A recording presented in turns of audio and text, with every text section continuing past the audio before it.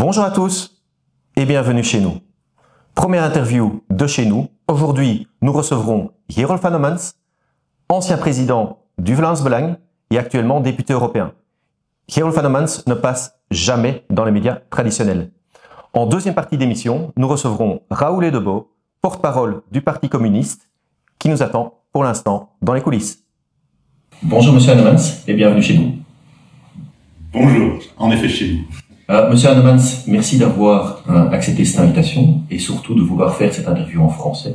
Parce qu'à mon avis, vous n'êtes pas souvent invité par RTBF, par RTL, ou je me trompe? Plutôt jamais. C'est pour ça d'ailleurs que en principe, s'ils m'interviewent, ça se faisait parfois pendant des actions aux alentours de Bruxelles, etc.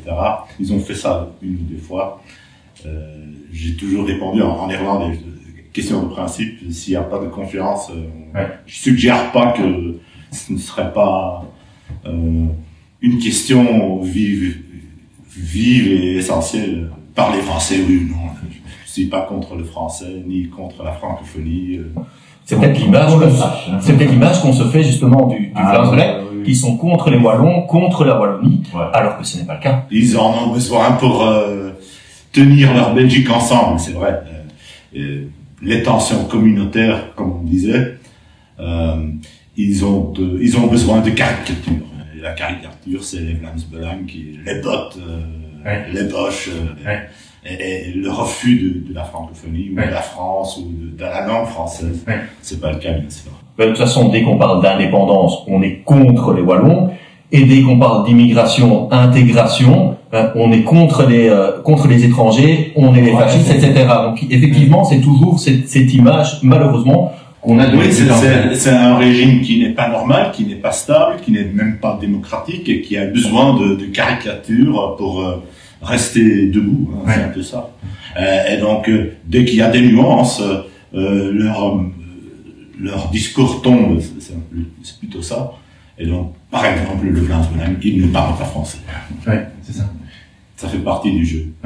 Leur jeu, pas le nôtre. Non, vous ne jouez pas leur jeu parce que vous êtes toujours disposé, effectivement, à discuter avec tout le monde et à débattre avec tout le monde. J'ai jamais été sur un plateau francophone en Belgique.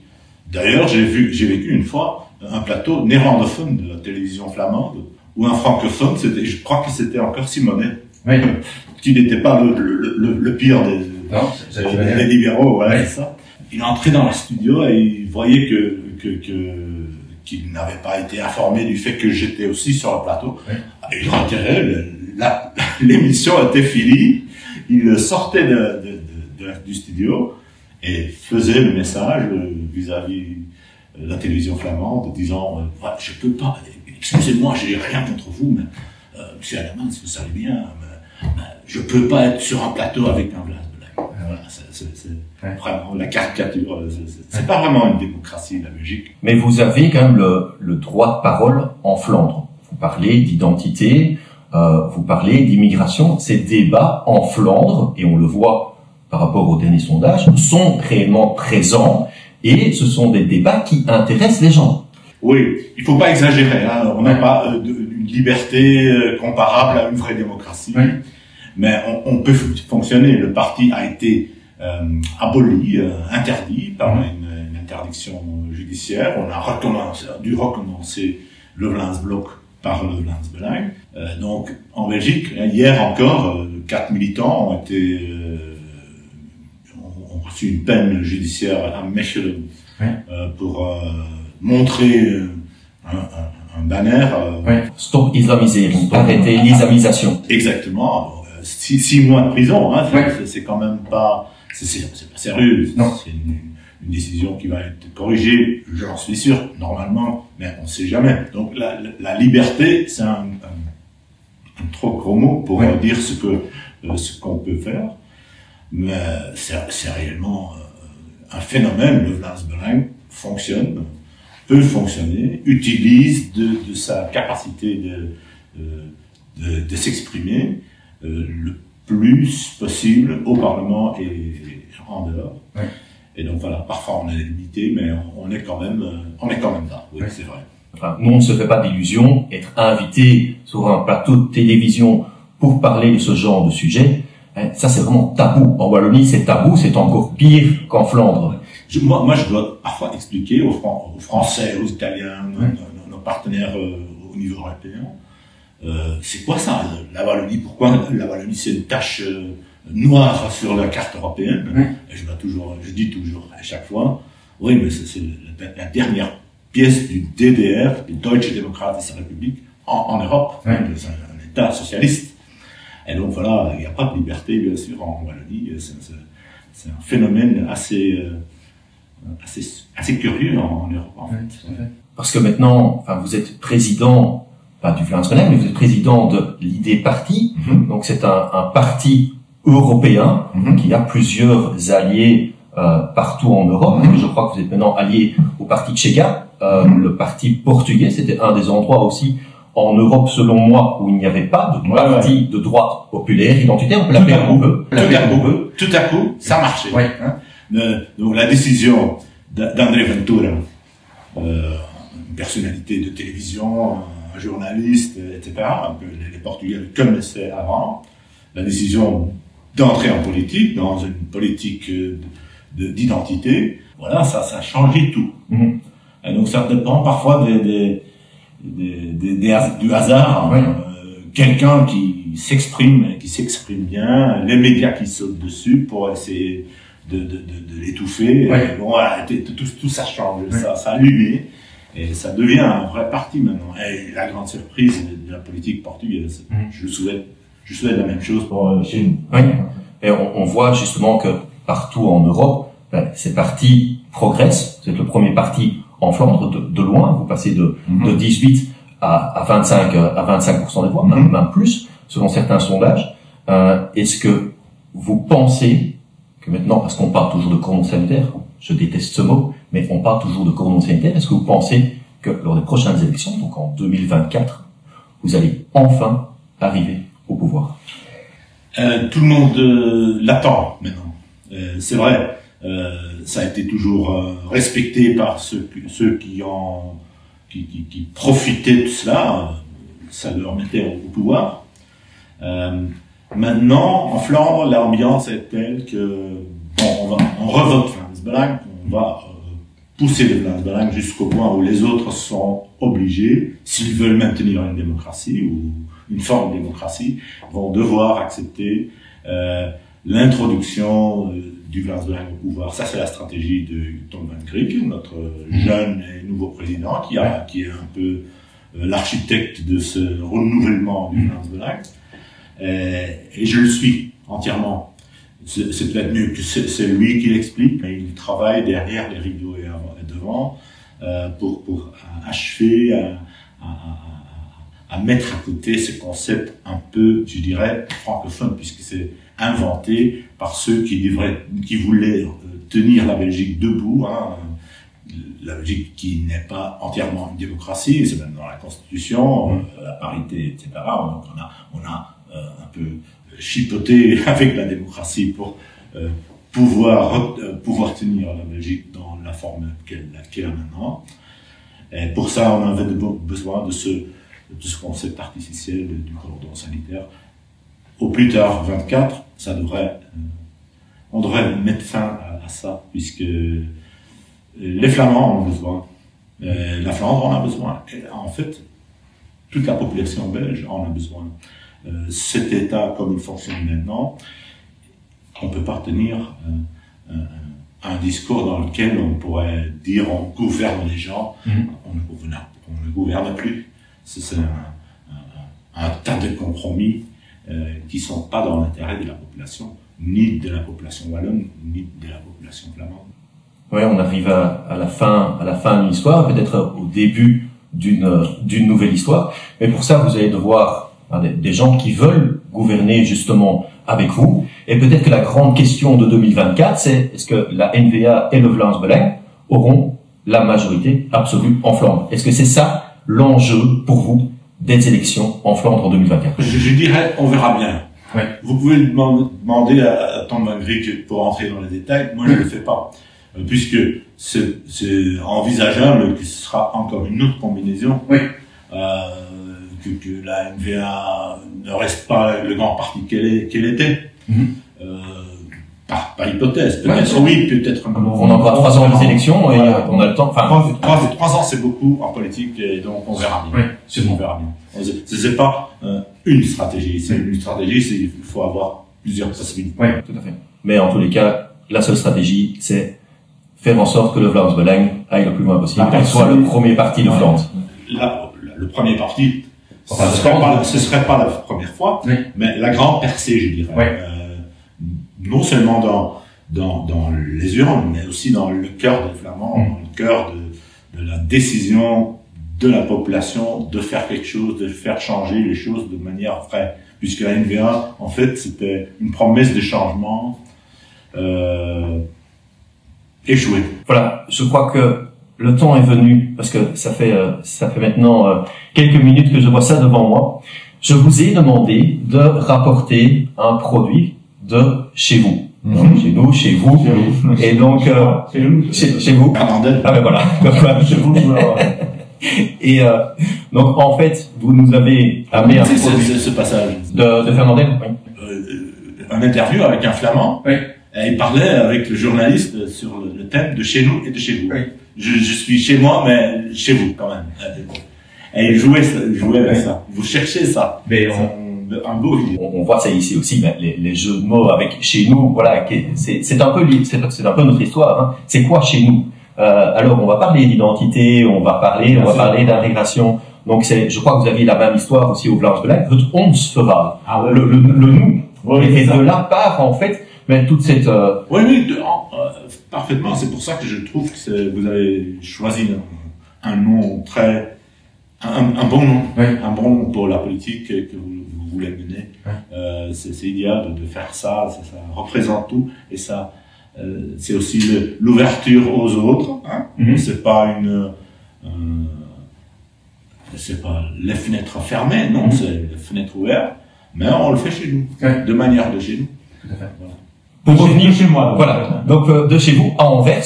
Vous êtes résident, vous êtes, à mon avis, ça s'appelle... Anversois. Vous êtes Anversois de souche, hein. De souche, vraiment. Un vrai Anversois. J'étais né, alors. Vous êtes né à Anvers, vous habitez toujours à Anvers. Vous faites de la politique locale à Anvers, parce que vous êtes conseiller communal aussi, anversois. Et vous nous avez ramené donc mais je vous laisse expliquer peut-être ce que vous nous avez ramené. Ça sont je dirais, pour traduire un peu les petits mains anversoises. Oui. C'est un biscuit qui s'est produit par un boulanger juif après un lancement d'un grand prix pour symboliser Anvers, la ville. Il avait tout juste échappé au Holocauste, mais après il a gagné ce prix, il a lancé le concept, puis après les chocolatiers en ont fait, etc.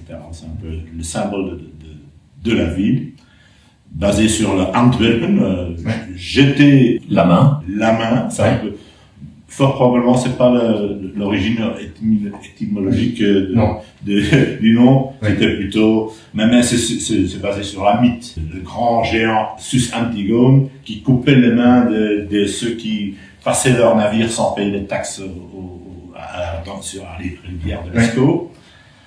C'était un légionnaire romain qui a mis fin à tout ça, le bravo qui a coupé la main du grand géant, et qui a jeté la main dans l'Escaut. Voilà, c'est un peu ça.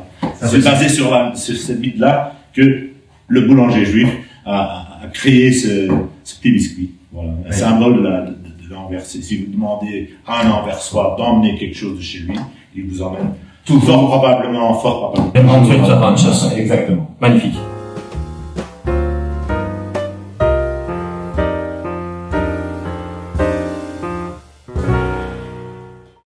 En tous les cas, c'est vraiment excellent.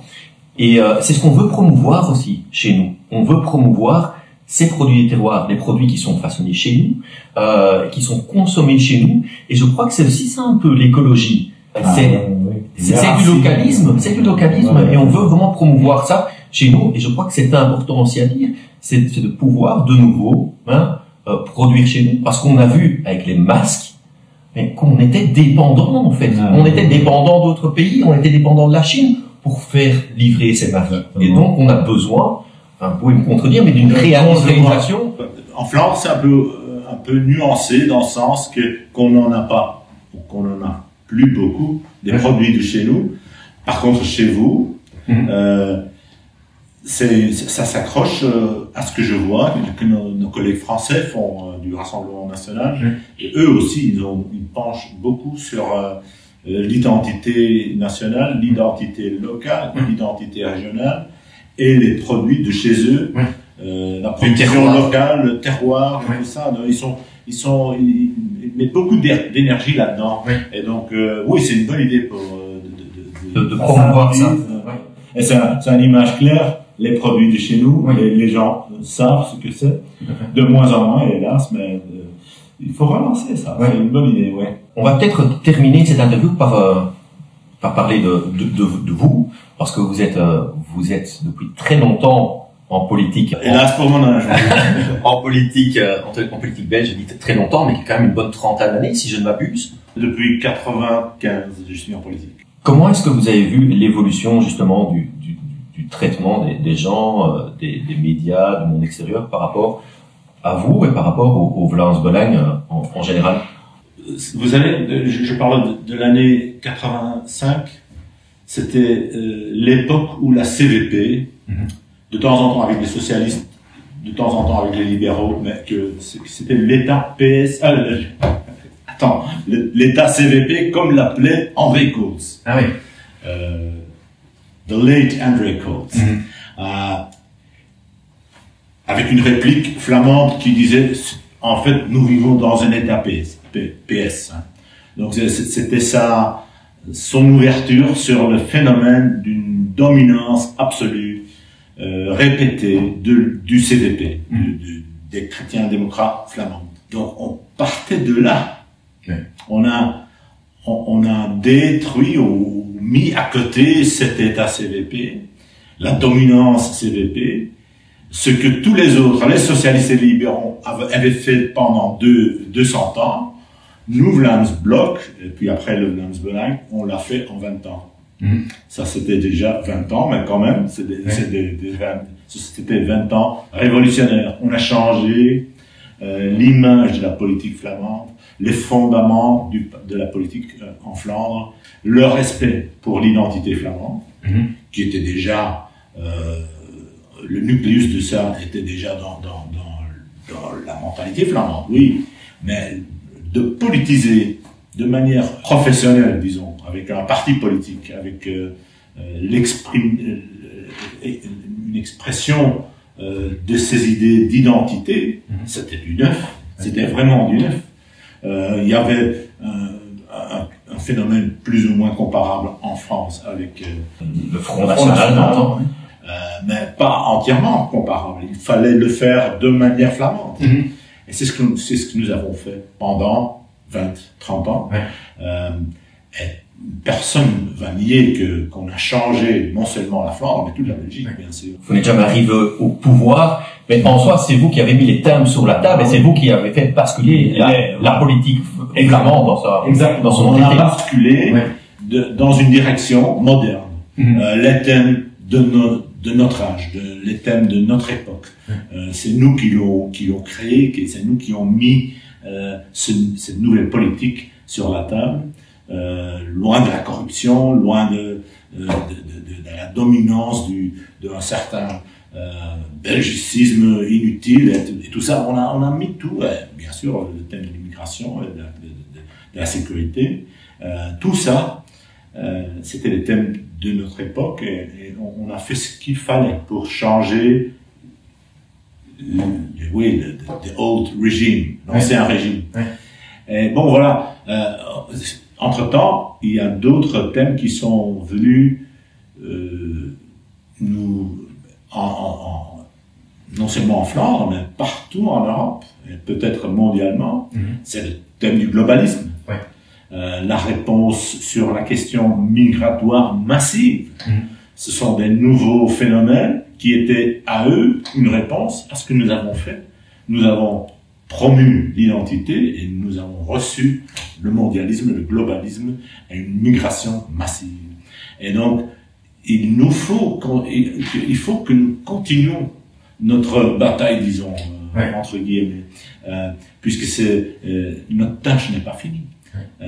On ne fait que commencer, en fait. La nuit ne fait que commencer et l'aube va revenir après, à condition qu'on peut continuer cette bataille politique qui, en fait, dans le cadre d'une démocratie, c'est une décision personnelle de nous tous, de le faire dans une démocratie, suivant les règles de la démocratie, du freedom of speech et aussi de non-violence, disons.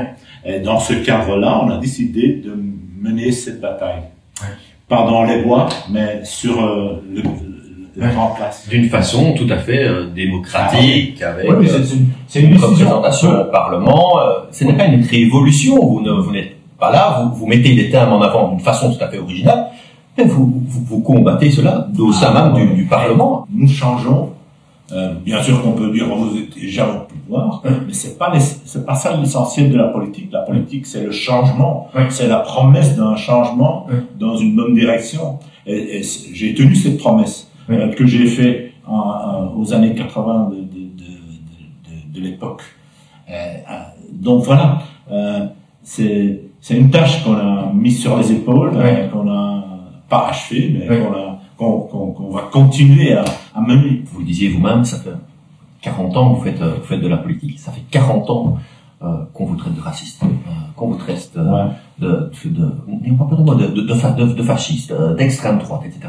Est-ce que ce n'est pas pesant pour vous de tout le temps? Et est-ce que vous avez maintenant une carapace où vous vous dites non, ça me touche à chaque fois parce que voilà, c'est un combat tout à fait légitime. Et est-ce que vous n'en avez pas marre? C'est les deux. J'en ai pas marre. Grâce au soutien des gens et de la population dont on sait qu'elle de plus en plus nous soutient, mais c'est un sentiment d'injustice. On n'a pas mérité ça. Comme j'ai dit, on a mis quelque chose sur nos épaules, on mène un boulot, comme Martin Luther. I had to. J'étais obligé de le faire. Et donc, vis-à-vis de cela, c'est pas juste ce qu'on fait, ce qu'on nous fait. C'est pas juste le reproche et les insultes qu'on nous lance. Donc, un sentiment d'injustice, oui, mais toujours un renforcement par les masses populaires qui nous soutiennent de plus en plus. Par le peuple qui vous soutient, c'est ça. Le peuple derrière vous. Les gens de chez nous. Meneer Annemans, ik zal misschien in het Nederlands zeggen. Ik wil u van harte bedanken om naar hier te komen, om met ons dit interview te doen als eerste gast. Malheureusement, on n'a plus le temps pour Raoul Edebo, le porte-parole du Parti communiste. On l'invitera la prochaine fois. Pour vous, nos téléspectateurs, n'hésitez pas à partager cette vidéo, à liker cette vidéo, aller sur notre site internet cheznous.be, nous soutenir, devenir une abeille. À très bientôt.